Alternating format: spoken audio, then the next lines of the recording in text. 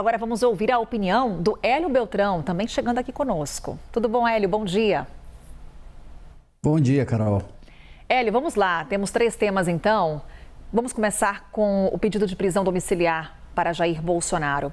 Procuradoria-Geral da República se manifestou de forma favorável à mudança de regime prisional e diz que o ex-presidente demanda atenção constante.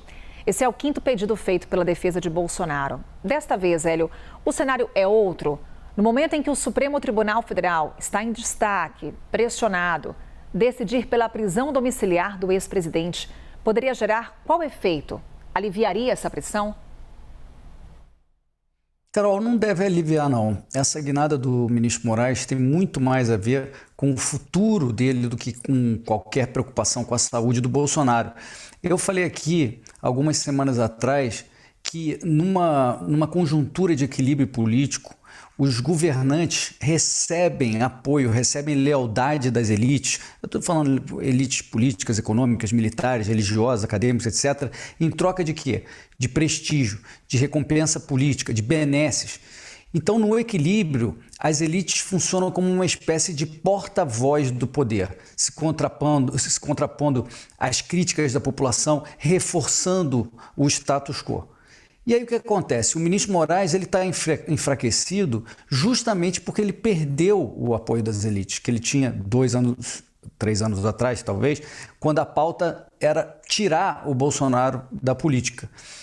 Foram as informações do Banco Master que meteram o Moraes nessa fritura pública. E até hoje, nem ele nem a esposa conseguem explicar o valor de 129 milhões do contrato do Master. Então, essa guinada com relação à prisão domiciliar do Bolsonaro é uma espécie de antídoto dele para despiorar um pouco a péssima reputação que ele tem hoje. Essa prisão domiciliar deveria ser uma decisão técnica, simples, né? A lei permite, então uma junta médica faz uma perícia e pronto. Mas no caso do Bolsonaro não é assim que funciona. Então a gente ouviu aí o Flávio Bolsonaro, Michele, outras figuras da política têm conversado com o ministro Moraes nos últimos dias e a decisão vai ser política. Eu não duvido, inclusive, Carol, que tenha alguma contrapartida prometida nessa prisão domiciliar quando ela vier. Agora, não acho que essa eventual prisão domiciliar alivia a barra do ministro Moraes de uma hora para outra, não. Além das questões do Banco Master, tem o inquérito das fake news ainda, que foi instrumentalizado de novo como arma pelo Moraes. Mais uma vez, a todo vapor esse inquérito. Nesse fim de semana, a gente ficou sabendo que um contador estava preso há uma semana sem que a defesa dele tivesse acesso à decisão da prisão. Tudo secreto.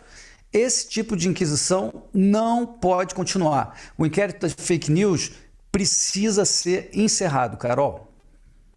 Por eleições, Hélio, teve mudança no xadrez eleitoral. Ratinho Júnior desistiu da corrida pelo Palácio do Planalto, vai terminar o mandato como governador do Paraná. Com essa desistência, Ronaldo Caiado e Eduardo Leite seguem na briga no PSD para ver quem será o candidato do partido na disputa presidencial. Pesquisas eleitorais recentes apontavam Ratinho Júnior com o melhor desempenho entre os pré-candidatos do PSD. Hélio, sem o Ratinho Júnior, quem ganha e quem perde nessa corrida eleitoral? Carol, foi interessante essa decisão do Ratinho Júnior, eu acho que foi sábia, porque ele decidiu focar esforços em fazer o sucessor dele no Paraná, que não vai ser fácil, porque o Moro vem com tudo, agora com o apoio do PL.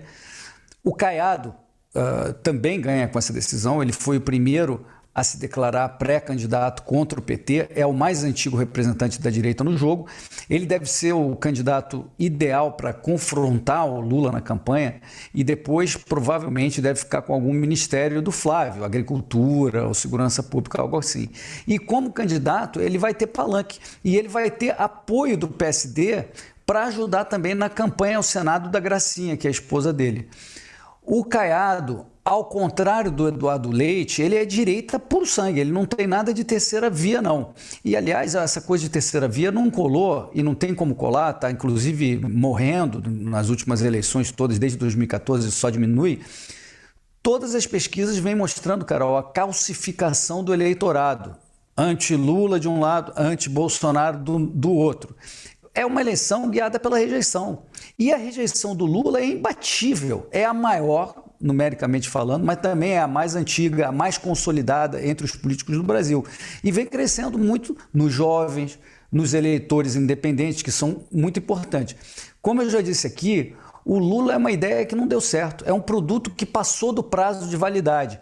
Já o Flávio, ele está abaixando a rejeição, praticamente jogando parado, sem fazer muita coisa. Mas voltando, Carol, acho que quem mais ganha com a saída do Ratinho é o Flávio. Em primeiro lugar, porque ele deve herdar a maior parte dos votos do Ratinho Júnior. As pessoas querem votar em quem tem chance de ganhar. Então, a transferência de votos do Ratinho para o Caiado deve ser menor do que a transferência do Ratinho para o Flávio. Eu estou curioso para ver o que as próximas pesquisas vão dizer sobre isso. Mas o Flávio ganha também porque o Caiado é mais direita que o Ratinho. As ideias do Caiado são mais parecidas com as do Flávio do que com as do Ratinho. Então, o Caiado pode até tirar um ou outro voto do Flávio, mas vai rolar uma tabelinha redondinha para o segundo turno. O Caiado é um potencial aliado muito mais fiel que o Ratinho, Carol. E para a gente encerrar aqui, Hélio, vamos falar sobre CPMI do INSS. O ministro André Mendonça atendeu ao pedido da comissão, prorrogou os trabalhos da CPMI. Ele entendeu que houve omissão do presidente do Congresso ao não apreciar essa demanda da comissão. Agora, Davi Alcolumbre deve atender essa determinação em até 48 horas e o plenário do Supremo também vai julgar a decisão do ministro. A pergunta que fazemos, Hélio, é: essa prorrogação pelo Supremo se justifica? Se justifica sim, essa prorrogação da CPMI do INSS. Em primeiro lugar, porque ela está prevista na lei. Toda CPI é prorrogável. E quase todas são prorrogadas porque o material investigado costuma ser grande.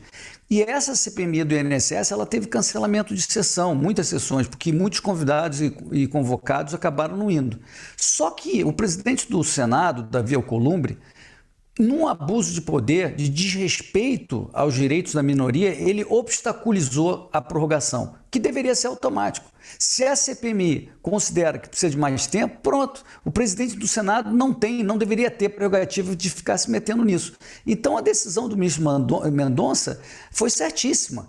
E mais, ele colocou o Alcolumbre numa sinuca, porque ele deu 48 horas para o Alcolumbre validar essa prorrogação numa sessão conjunta da Câmara e do Senado. Só que quando essa sessão for instalada, Carol, pelo regimento, o Alcolumbre vai ter que cumprir uma pauta de outros itens que estão na fila com ele sentado em cima.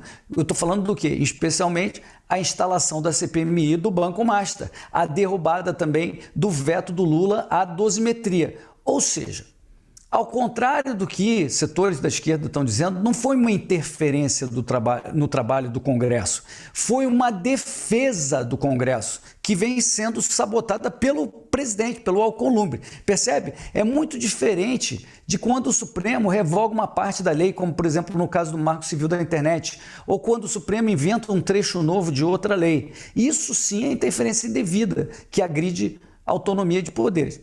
Agora, essa CPMI, Carol, é peculiar. O governo tem maioria, mas a presidência e a relatoria são da oposição.